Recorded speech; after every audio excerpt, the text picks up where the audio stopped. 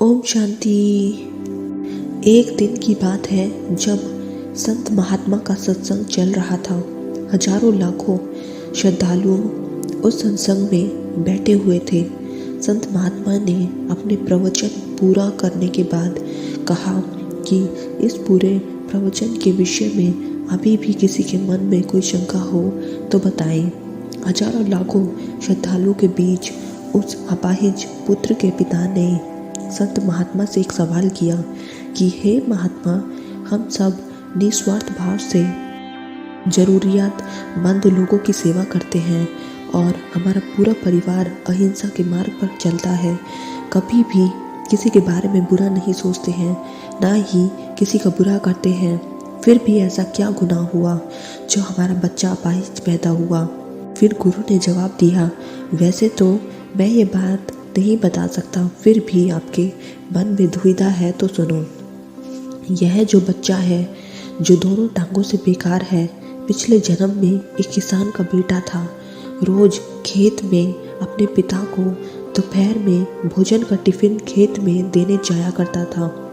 एक दिन उसकी माँ ने उसे दोपहर में 11 बजे खाना लगा कर दिया और कहा कि बेटा, खाना खाकर पिताजी को टिफिन देकर आओ।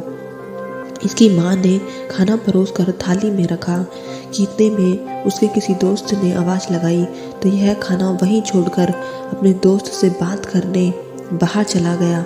इतने में ही एक कुत्ता घर में घुस आया और उसने थाली में मुंह डाला और रोटी खाने लगा। लड़का जैसे ही घर में वापस आया और कुत्ते को थाली में मुंह डालते हुए देखकर पास ही में एक लोहे का बड़ा सा डंडा पड़ा हुआ था, उसने यह भी नहीं सोचा कि खाना तो झूठा हो चुका है। बिना सोचे समझे उस कुत्ते की दोनों टांगों पर इतनी जोर से लोहे का डंडा मारा कि वह कुत्ता अपनी जिंदगी में जब तक जिंदा रहा दोनों पैरों से बेकार होकर घसीटते घसीटते जिंदगी जिया और तड़प तड़प कर मर गया। यह उसी कुत्ते की बददुआ का फल है जो इस जन्म में यह दोनों टांगों से अपाहिज पैदा हुआ है। संत महात्मा ने कहा, पुत्र, इस संसार में इंसान को अपने अपने कर्मों का फल भुगतना ही पड़ता है। इस जन्म में अगर किसी की टांग तोड़ी है तो स्वाभाविक है कि अगले जन्म में आपकी टांग टूटनी ही है।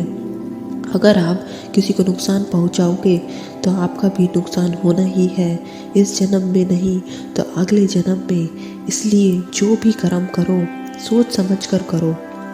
आप अपने कर्म फल से नहीं बच सकते। आप जहाँ भी जाते हैं, जो कुछ भी करते हैं, आपका कर्म ही आपको शांतिपूर्वक देख रहे होते हैं। किसी भी दिन आपको आपके कर्म का फल पृथ्वी पर वहन करना ही होता है। इसलिए हर समय उचित कर्म करना अनिवार्य है। गीता में भी कर्म को प्रधानता देते हुए यहाँ तक स्पष्ट किया है कि व्यक्ति की यात्रा जहाँ से छूटती है अगले जन्म में वह वहीं से प्रारंभ होती है। जो प्रकृति के नियमों का पालन करता है वह परमात्मा के करीब है। इस जन्म या अगले जन्म में हर बुरे फले कर्म का प्रतिफल निश्चित रूप से भोगना पड़ता है। ओम शांति।